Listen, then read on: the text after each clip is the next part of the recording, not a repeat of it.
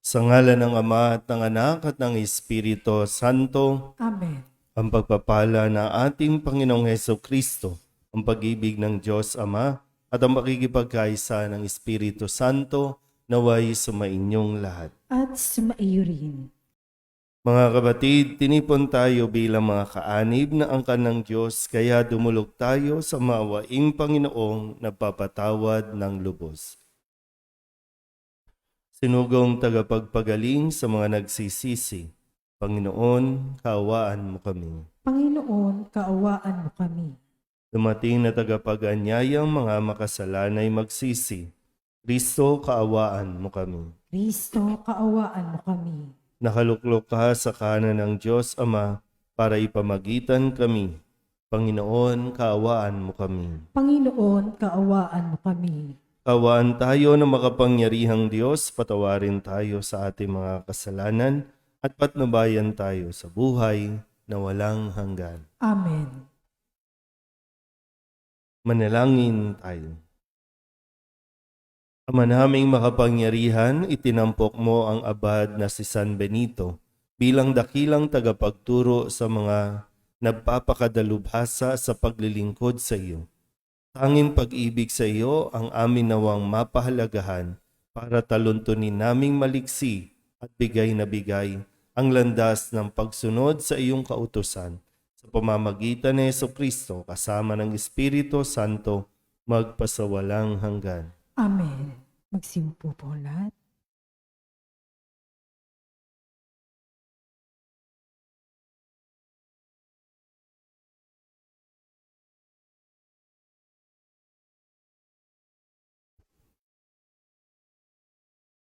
Pagbasa mula sa aklat ng Henesis.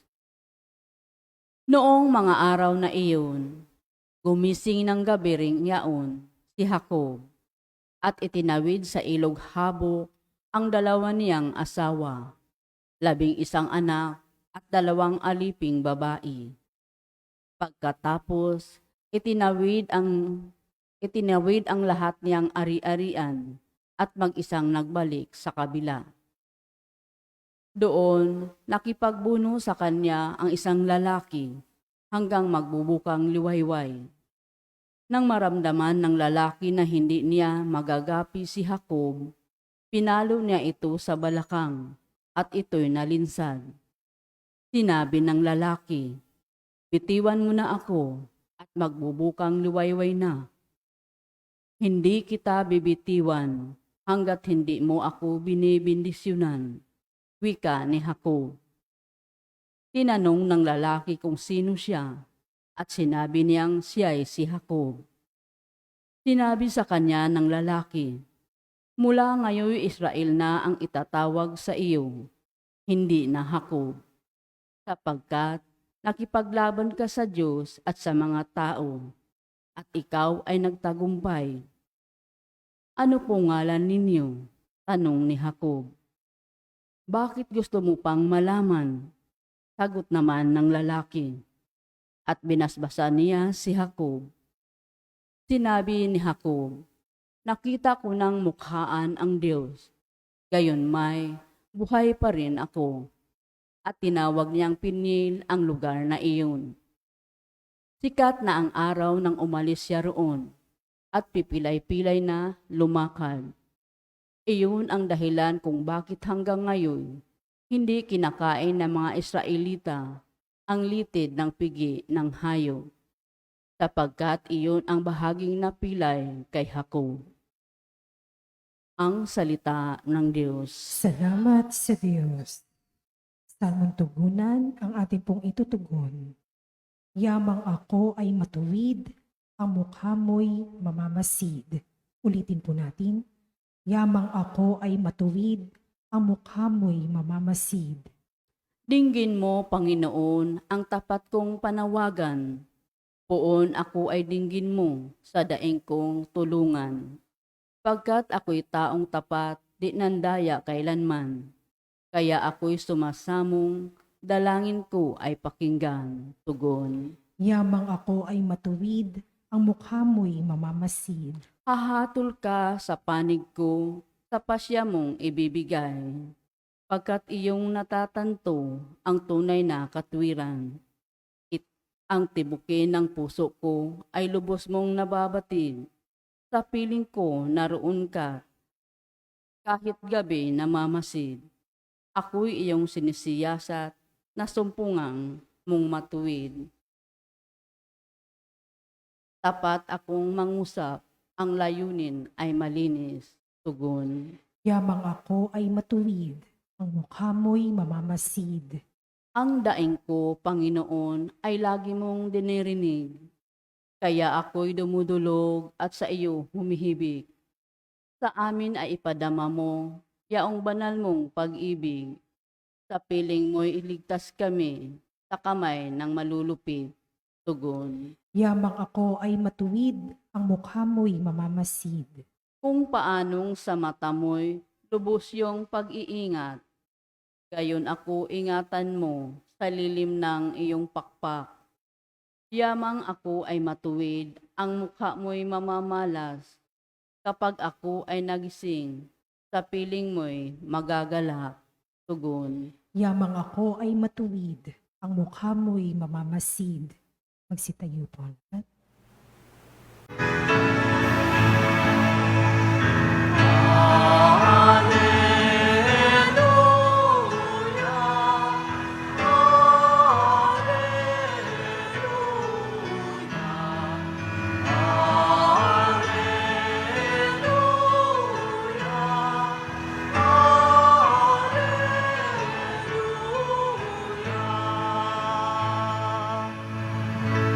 Sa daigdig ay laganap,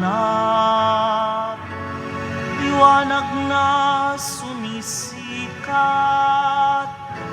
salitang buhay ng lahat.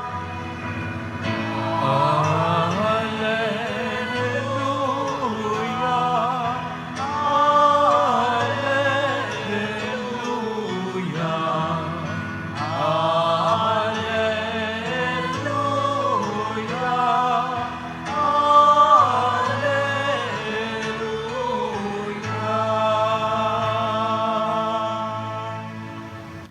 Sumainyo ang Panginoon. At sumaiyo rin.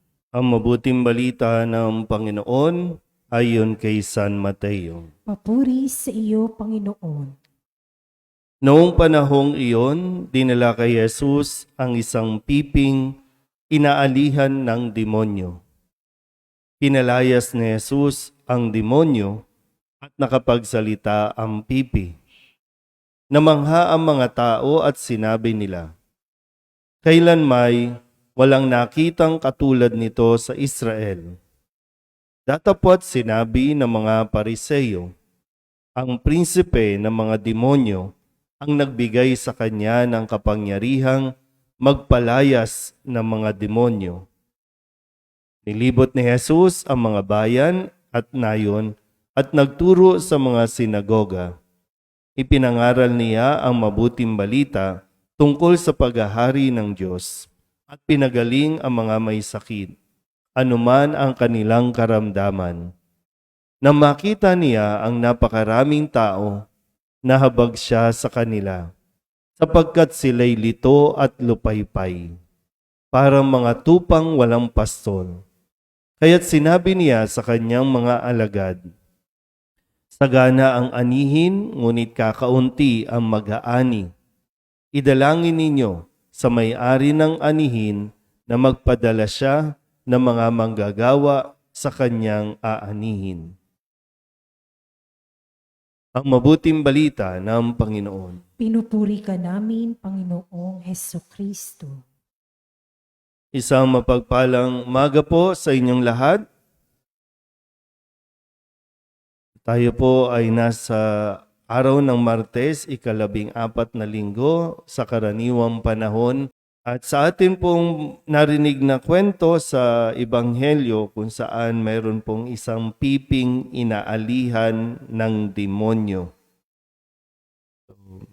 Ang paraan ng demonyo ay hindi ito pinagsasalita, yung tao. No? Kasi sabi nga po dito, pinalayas ni Jesus ang demonyo at nakapagsalita ang pipi. So yung pagsanib ng demonyo sa isang taong ito na binabanggit dito para hindi siya makapagsalita. Malinaw po ba? So, pinatikom ang bibig.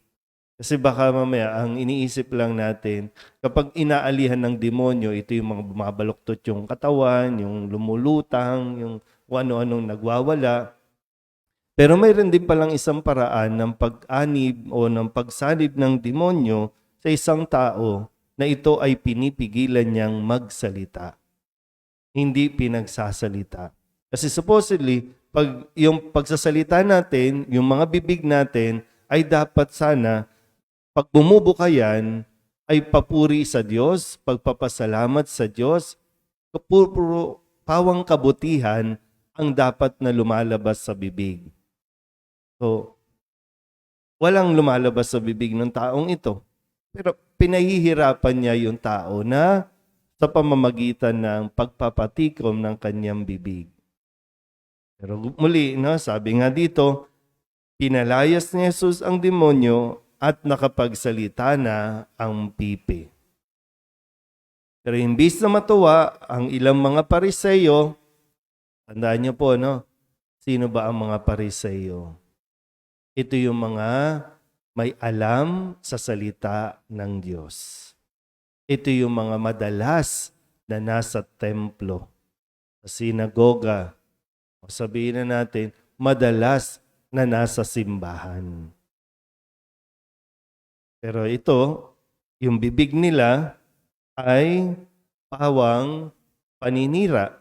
Kasi ang sabi nila, siguro, kaya niya nagawa yan dahil si Jesus, dahil ang prinsipe ng demonyo ang nagbigay sa kanya ng kapangyarihang magpalayas ng demonyo. Nakuha niyo po ba? Kasi ito yung magandang mas mapagnilayan din natin sa panahon ngayon. Minsan hinihingan tayo ng pagkakataon na magpahayag ng katotohanan. Pero natatakot tayo. Pinatatahimik tayo ng demonyo. O kaya naman, para siraan ang ibang tao, para siraan o sirain yung karakter ng isang tao kung ano-ano ang palalabasin sa bibig ng isang tao. Kaya mayroon tayong tinatawag na character assassination. Meron nga mga scammer no, magsasalita ng tungkol sa isang tao na mga bagay na parang maganda pero kasinungalingan. Nasaan tayo dyan? Saan tayo dito? Anong uri ng sanib mayroon tayo? Hindi natin nalalaman yan. Hindi tayo aware. Kasi nga, ang isipan natin, ang sanib, ganito nagwawala. Hindi. Pero may mga uri ng sanib na hindi ka nagsasalita. May uri din ng sanib na sobra naman magsalita. Minsan na nga lang magsalita, paninira pa ang gagawin. Kasiraan pa ng iba. So, anong kailangan natin? Mapalaya. At sinong magpapalaya? Si Jesus. Nagbago na. No? Nagbabago ang approach ng demonyo para tayo sirain. At ang nakakalungkot pa, mismong taga-simbahan, hindi tayo nagiging aware na tayo pala ay ginagamit na ng demonyo. Minsan, hindi niya na kinakailangan pumasok sa atin. Hindi na kinakailangan sumanib sa atin. Bulong lang ng demonyo, nadadala na tayo. Kasi hindi tayo nag-iisip, teka, tama ba ito? Ito ba yung naayon sa ginagawa ni Kristo? O mismong si Kristo ang sinisira din natin? Kasi kung ang mga taong simbahan nagsisiraan, sinong nasisira? Para bang sinong napupulaan? Si Jesus. Sino ba nagtuturo sa atin? Si Jesus. Ito ba yung natututunan natin kay Jesus? Tandaan niyo po, either hindi ka nagsasalita o sobra kang magsalita. Nakakasira yan. Nakakasira ng tao, nakakasira din ng isip mo. Mababaliw ka. Diba minsan yung baliw tahimik? Meron din naman baliw na sobrang ingay. So, mamaya pag uwi ninyo, humarap kayo sa salamin, ha? Tingnan ninyo kung may sanib na ba ako? Kailangan lang tayo laging maging gising. Pero kung alam mo na ikaw ay protektado ni Jesus, sumunod ka lang lagi, magtiwala lagi, hindi naman na tayo pababayaan. Kahit anong paninira ng ibang tao, mananatili kang matatag, basta manatili ka lang kay Jesus.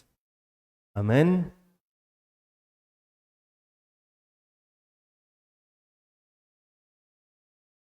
Sa pamamagitan ng pagkapari, sa bagong tipan, idinudulot ng Diyos ang magpatawad o mapagpatawad na paglilingkod ng kanyang anak sa atin. Lumapit tayo sa Panginoon ng ani at manalangin. Ang ating pong itutugon, Panginoon, magpadala ka ng mga manggagawa sa iyong anihan. Panginoon, magpadala ka ng mga manggagawa sa iyong anihan.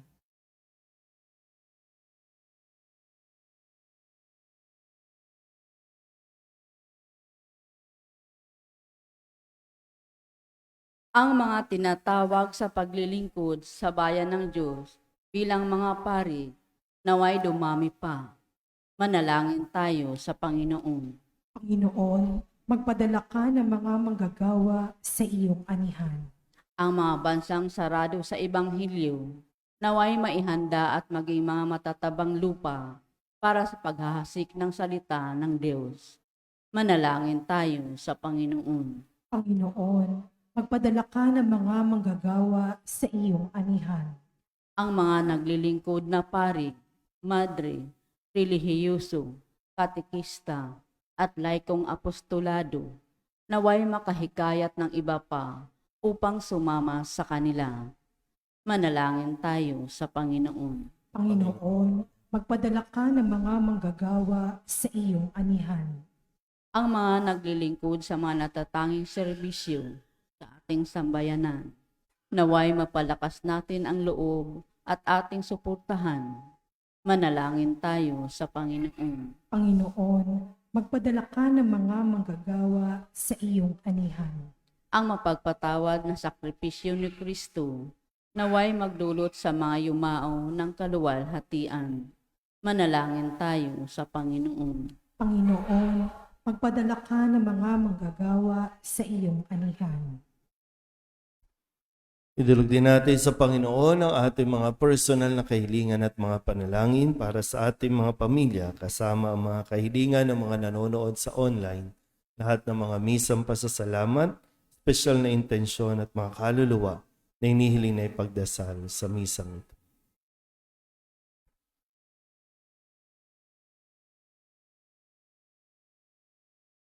Ang lahat ng ito inihiling namin sa ngalan ni Kristong aming Panginoon. Amen. Magsiupo po ang lahat.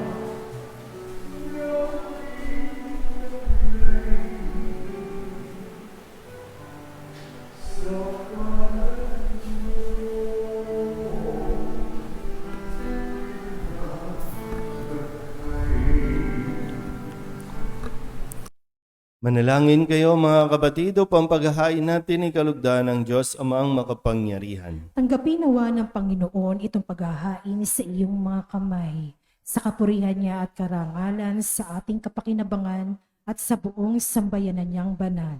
Ama naming lumikha, sa paghahain namin ngayong ginugunita sa San Benito, tunghayan mo ang aming mga alay at ipagkaloob mo na matularan namin ang kanyang mga halimbawa sa pagdulog sa iyo upang kami pagindapating magkamit ng iyong mga kaloob na pagkakaisa at pagkakasundo sa paglilingkod namin sa iyo. Sa pamamagitan ni Jesucristo kasama ng Espiritu Santo, magpasawalang hanggan. Amen. Sumainyo ang Panginoon. At sumaiyo rin. Itaas sa Diyos ang inyong puso at diwa. Itinaas na namin sa Panginoon. Pasalamatan natin ang Panginoong ating Diyos. Marapat na siya ay pasalamatan. Ama naming makapangyarihan, tunay ngang marapat na ikaw ay aming pasalamatan. Ang pagpaparangal sa iyong kabutihay, lagi mong pinaaalingaw sa iyong sambayanan. Sa pagkakaroon ng mga kaanib na maaasahan at tapat tulad mo sa pananagutan, upang magbunga ang punyagi ng iyong anak na sa iyong pag-ibig kami makatulad. Ang mga banal na tao'y tumutulong sa lahat sa pagbibigay halimbawa't pananalangin wagas. Kaya kaysa ng mga anghel nagsisiawit ng papuri sa iyo nang walang humpay sa kalangitan, kami nagbubunyi sa iyong kadakilaan.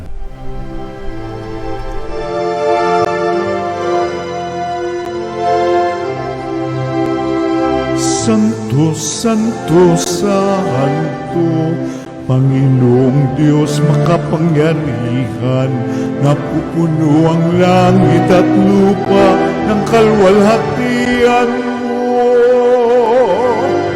Hosana sa kaitaasan, pinagpalang na paririto sa ngalan ng Panginoon. Hosana sa kaitaasan.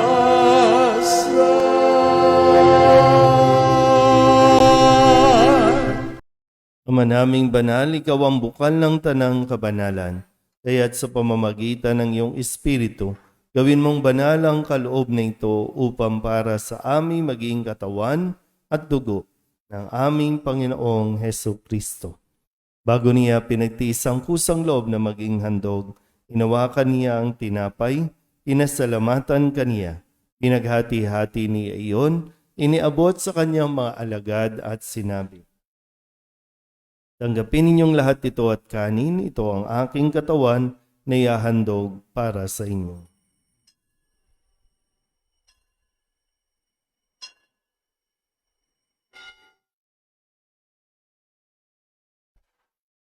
Kaya hindi naman nang matapos ang hapunan, hinawakan niya ang kalis, muli kaniyang pinasalamatan. Iniabot niya ang kalis sa kanyang mga alagad at sinabi, "Tanggapin ninyong lahat ito at inumin. Ito ang kalis ng aking dugo, ng bago at walang hanggan tipan. Ang aking dugo na ibubuhos para sa inyo at para sa lahat sa ikapagpapatawad ng mga kasalanan. Gawin ninyo ito sa pag-alaala sa akin."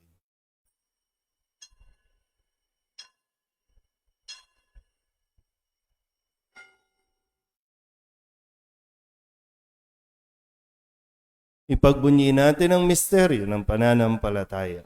Si Kristo'y namatay, si Kristo'y nabuhay, si Kristo'y babalik sa wakas ng panahon. Ama, ginagawa namin ngayon ang pag-alaala sa pagkamatay at muling pagkabuhay ng iyong anak. Kaya tiniaalay namin sa iyo ang tinapay na nagbibigay buhay at ang kalis na nagkakaloob ng kaligtasan. Kami napapasalamat dahil kami iyong minarapan na tumayo sa harap mo para maglingkod sa iyo. Isinasamo namin kami magsasalo-salo sa katawan at dugo ni Kristo ay mabuklod sa pagkakaisa sa pamamagitan ng Espiritu Santo. Ama, lingapin mo ang iyong simbahang laganap sa buong daigdig. Huspusin mo kami sa pag-ibig kay San Leon na aming Papa at ni Jose na aming Obispo at ng Tanang Kaparian. Alalahanin mo rin ang mga kapatid naming nahimlay na may pag-asang sila'y muling mabubuhay, gayon din ang lahat ng mga pumanaw. Tawaan mo sila at patuloyin sa iyong kaliwanagan. Tawaan mo at pagindapating kaming lahat na makasalo sa iyong buhay na walang wakas. Kaysa ng mahal na Birhen Maria na Ina ng Diyos, ng kabiyak ng puso niyang si San Jose, kaysa ng mga apostol at ng lahat ng mga banal na namuhay dito sa daigdig ng kalugod-lugod sa iyo, may pagdiwang nawa namin ang pagpupuri sa igararangal mo sa pamamagitan ng iyong anak, aming Panginoong Heso Kristo. Sa pamamagitan ni Kristo, kasama niya at sa Kanya, ang lahat ng parangal at papuri ay sa iyo, Diyos amang makapangyarihan, kasama ng Espiritu Santo, magpasawalang hanggan.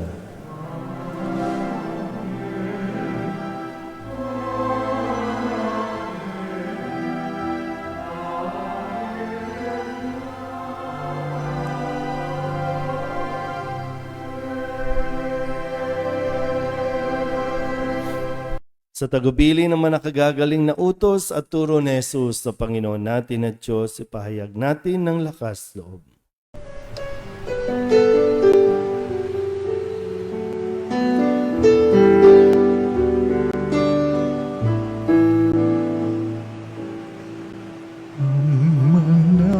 namin sumasalang ka, sambahin ang ngalan mo, mapasamin ang kaharian mo, sundin ang loob mo dito sa lupa para nang sa langit. Bigyan mo po kami ngayon ng aming kakanin sa araw-araw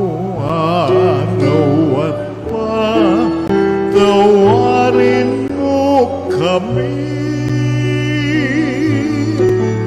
sa aming mga sala para ng pagpapatawa namin sa nagkakasala sa amin,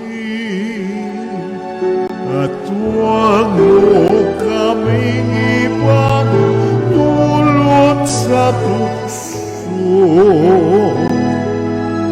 at yadya mo kami sa lahat ng masama.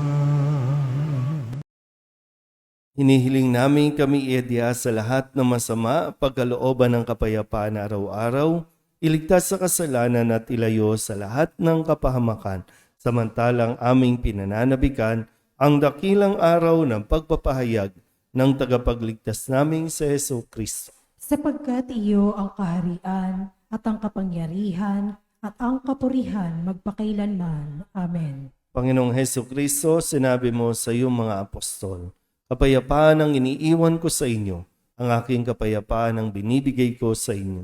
Tunghayan mo ang aming pananampalataya at huwag ang aming mga pagkakasala. Pagkalooban mo kami ng kapayapaan at pagkakaisa ayon sa iyong kalooban, kasama ng Espiritu Santo, magpasawalang hanggan. Amen. Ang kapayapaan ng Panginoon ay laging sumainyo. At sumaiyo rin. Magbigayan po tayo ng kapayapaan sa isa't isa.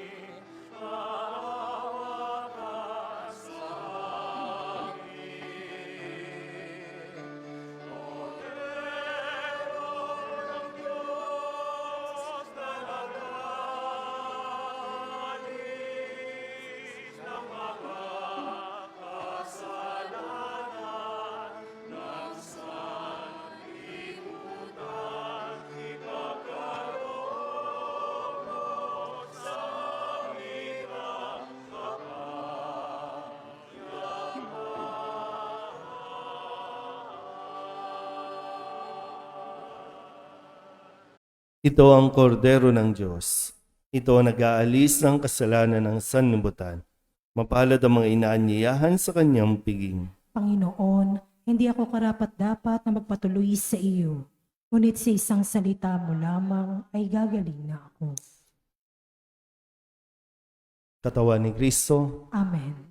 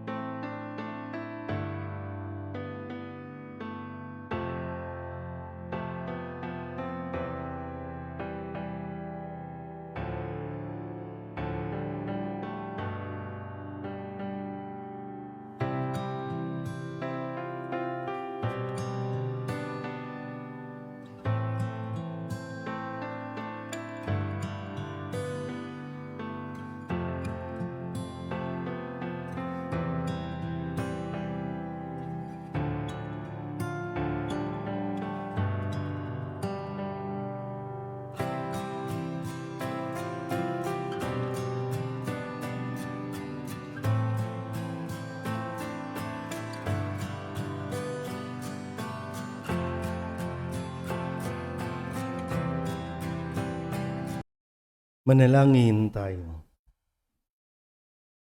Ama naming mapagmahal, ngayong aming napagsaluhan ang haing nagbibigay buhay, aming hinihiling na maganap namin ang itinuturo ni San Benito para sa matapat na paglilingkod sa iyong gawain at sa pagmamahalan sa isa't isa.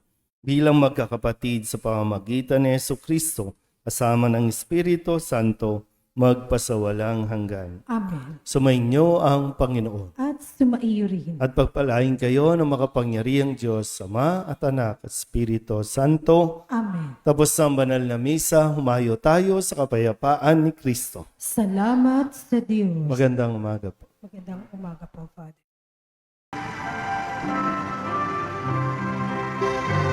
Cristo Padre Jesus Nazareno, sinasamba ka namin, pinipintungo ka namin, aral mo ang aming buhay at kaligtasan. Nuestro Padre Jesus Nazareno, iligtas mo kami sa kasalanan. Ang krus mong kinamatayan ay sagisag ng aming kaligtasan. Nuestro Padre Jesus Nazareno, dinarangal ka na amin. Nuestro Padre Jesus Nazareno, nilulwalhati ka namin.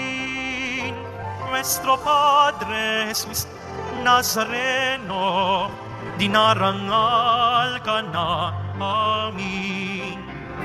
Nuestro Padre Jesus Nazareno, nilulwalhati ka namin.